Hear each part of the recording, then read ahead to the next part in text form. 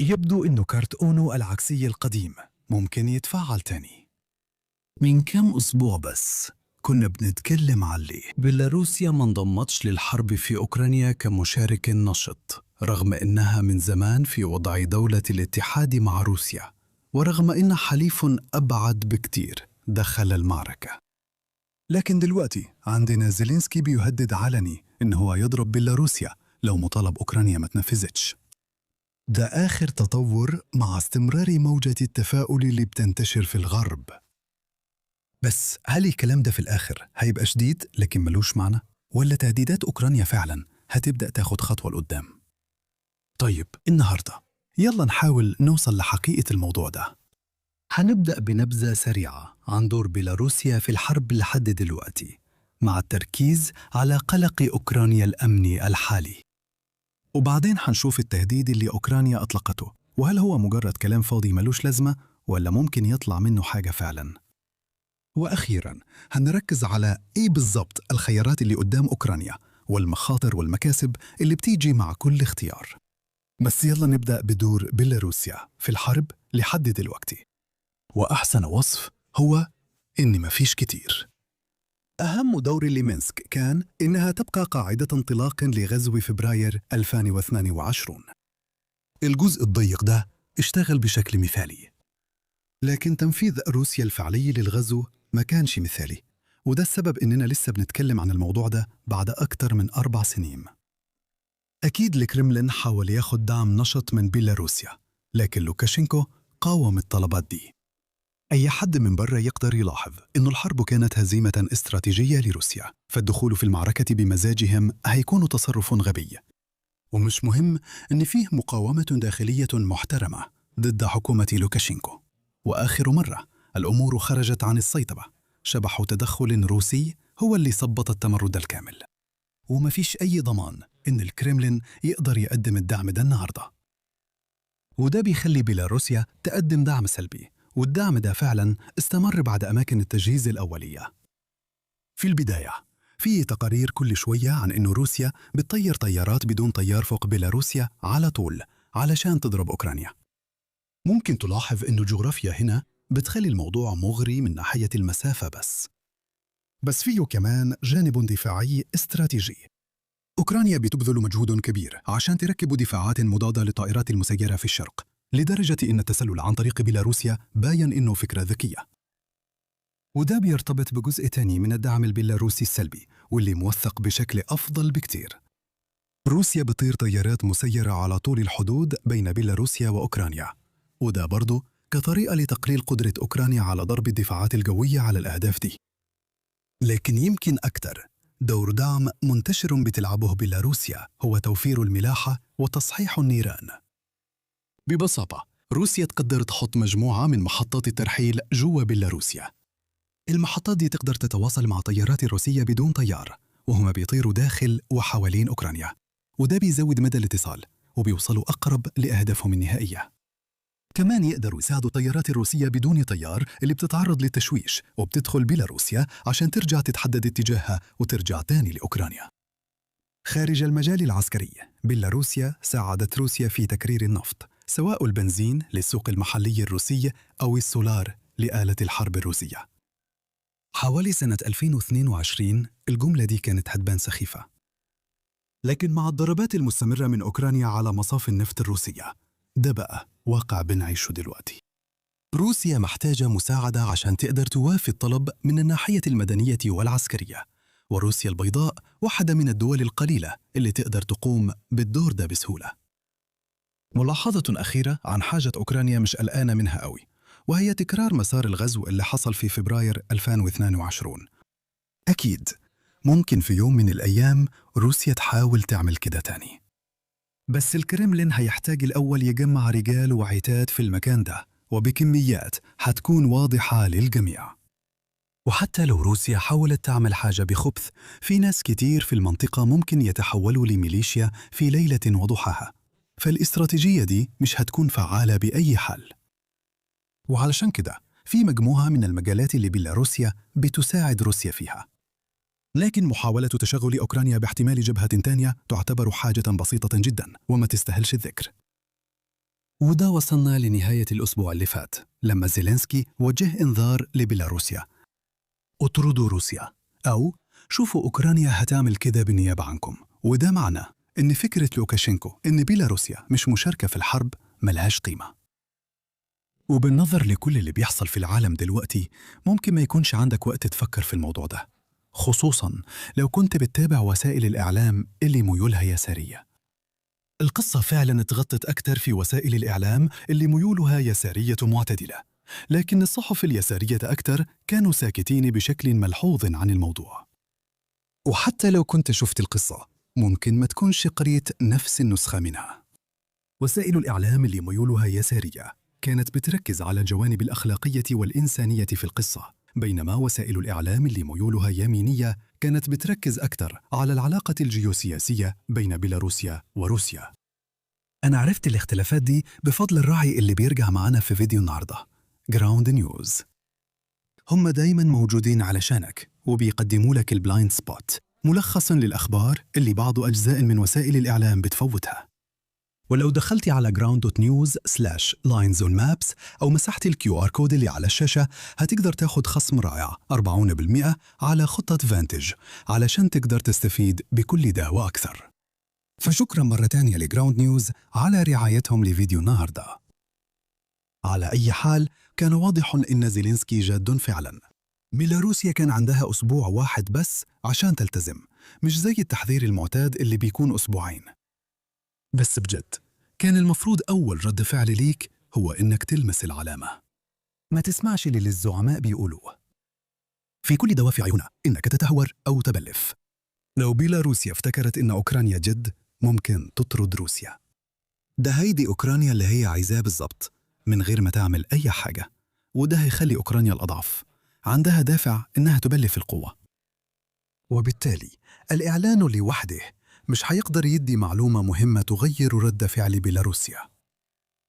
دلوقتي المشكلة في رد فعل عالمنا الحديث على الكلام الفاضي، إننا غالباً رحنا بعيد قوي في الاتجاه الثاني.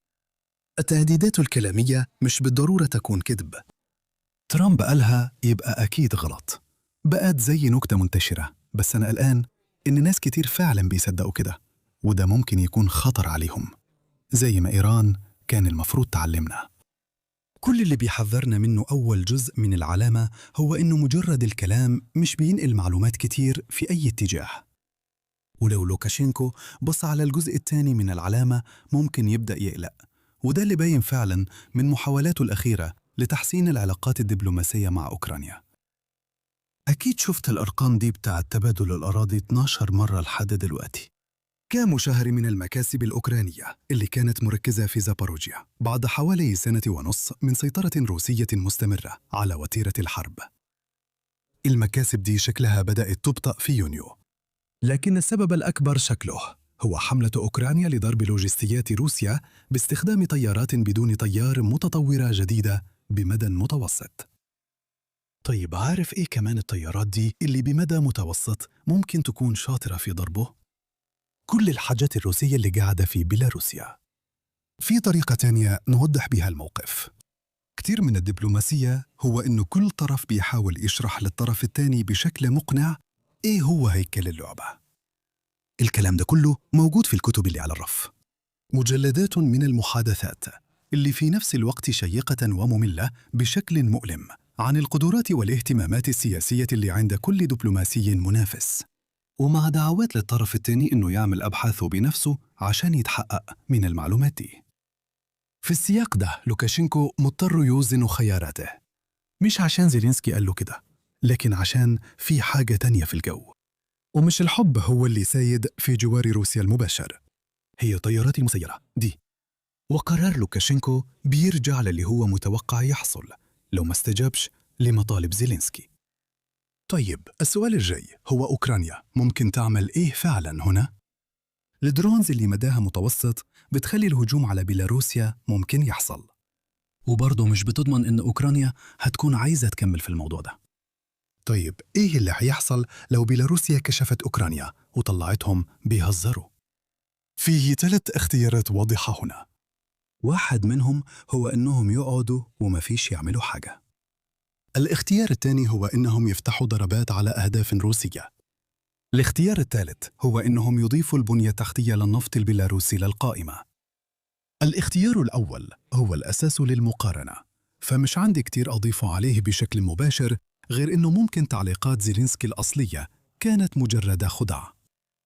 وفي نفس الوقت المخابرات الأوكرانية بتقول إنه روسيا بتجهز معدات علشان تستخدم بيلاروسيا كنقطة انطلاق لهجمات جديدة بالطائرات المسيرة، فده كمان دليل ضد نظرية إن الموضوع كان مجرد خدع.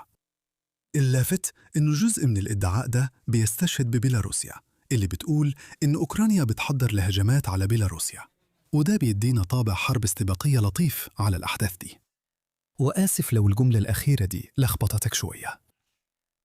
نروح للاختيار الثالث، مهاجمة البنية التحتية للنفط. هيكون شيء مثير للاهتمام. منتجات النفط فعلا لها استخدام مزدوج، بس صعب نقول إن بيلاروسيا بتساهم عسكريا في مجهود روسيا الحربي من خلال تجارة النفط، على الأقل حسب المعايير الدولية المتعارف عليها في الموضوع ده.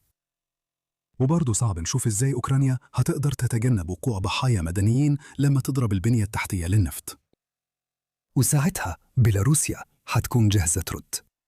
في الأساس بيلاروسيا كان عندها كل الأسباب في العالم عشان تتجنب إنها تكون طرف نشط في الحرب، وأوكرانيا هتكون بتجبرهم يدخلوا فيها برضه.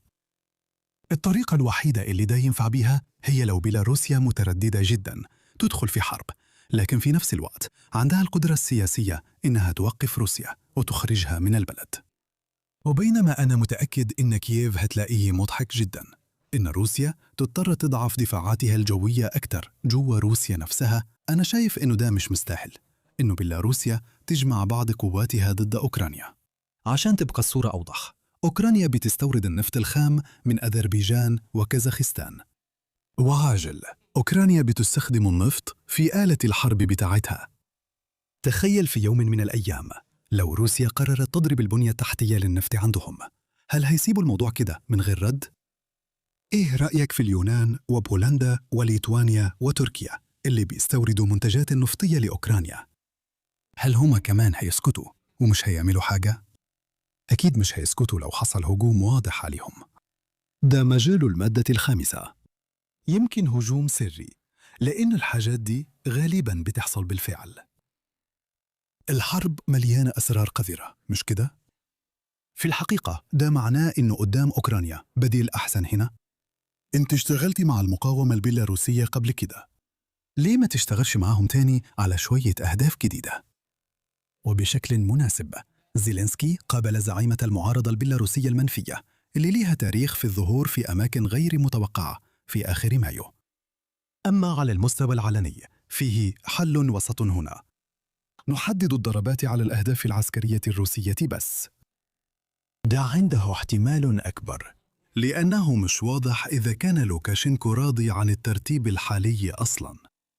بيلاروسيا مربوطة عسكرياً بروسيا من وقت سقوط الاتحاد السوفيتي، بس السبب كان دائماً في الاتجاه العكسي.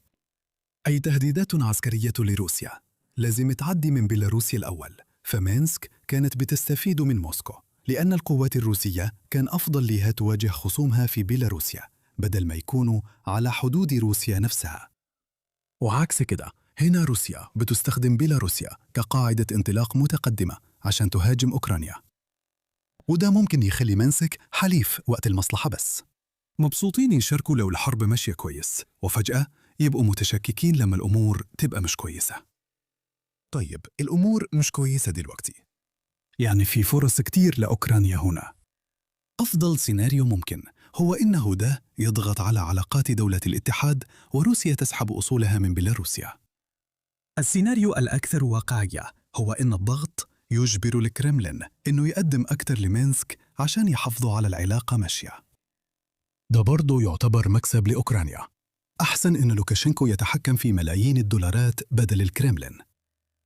أسوأ سيناريو لو افترضنا إن بيلاروسيا مش عايزة تدافع عن نفسها خالص، روسيا هتستمر في تشغيل الأنظمة جوه البلد، بس دلوقتي لازم تحمي الأنظمة دي من الطيارات المسيرة الأوكرانية. فجأة مجموعة من أنظمة الدفاع ضد الطيارات المسيرة بتتسحب من مناطق تحت سيطرة روسيا، وده بيخلي في ثغرات أكتر تقدر الطيارات المسيرة الأوكرانية تدخل منها. وده كمان متوافق مع القواعد الحالية عن تدخل أطراف ثالثة في الصراع ده. دول الناتو مش بتسمح لأوكرانيا إنها تطير طيارات مسيرة فوق أراضيها. أقرب حاجة لكده هي إن روسيا بتشوش عمداً على الطيارات المسيرة الأوكرانية عشان تقع في أراضي الناتو كنوع من الاستفزاز. الناتو حتى مش بيحط دفاعات مضادة للطائرات المسيرة في أوكرانيا، مع أن في طيارات روسية كتير اخترقت حدود الناتو. تخيل، الناتو أوقات كان بيتفرج على طيارات المسيرة الروسية وهي راجعة تاني على أوكرانيا. الاستراتيجية الأساسية للناتو هنا إنه يفضل بعيداً عن الحرب، وعلشان كده يفضل خارج أي هجوم مباشر أو عمل عسكري واضح من روسيا. في السياق ده بيلاروسيا خرجت عن القواعد الدولية، وده بيخليها هدف مشروع. أوكرانيا بتتصرف بالشكل ده علشان تعاقب بيلاروسيا وتجبرها ترجع تلتزم بالقواعد. عشان كده أنا متوقع يحصل حاجة هنا لو بيلاروسيا ما ردتش على الإنذار النهائي. فيه أهداف كتير جدا في البلد بقت مكشوفة دلوقتي، ودي ما كانتش مكشوفة من 6 شهور فاتوا. اللي صعب أفهمه هو قد إيه عند بيلاروسيا حرية تصرف في أي حاجة من دي. من الأول، لو لوكاشينكو مش عارف يقول لا لبوتين، يبقى الموضوع كله نظري. مفيش مشكلة التفاوض بين أوكرانيا وبيلاروسيا، وده استمرار خالص لصراع أوكرانيا وروسيا. وكلنا عارفين كويس قد إيه محاولات حل الصراع ده مشيت إزاي.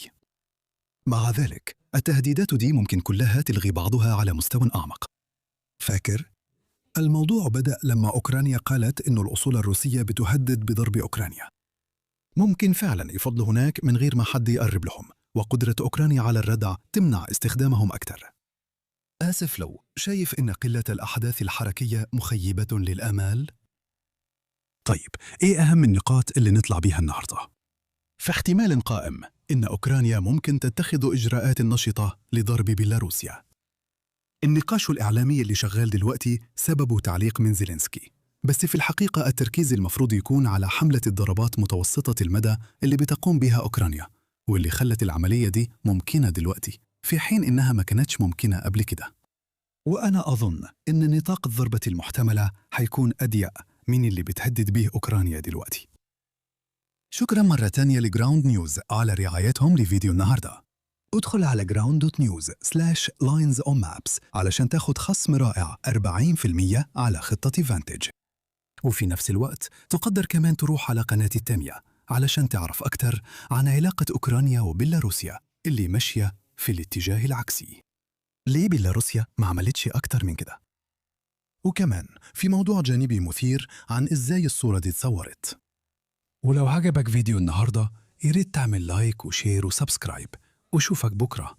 خلي بالك من نفسك.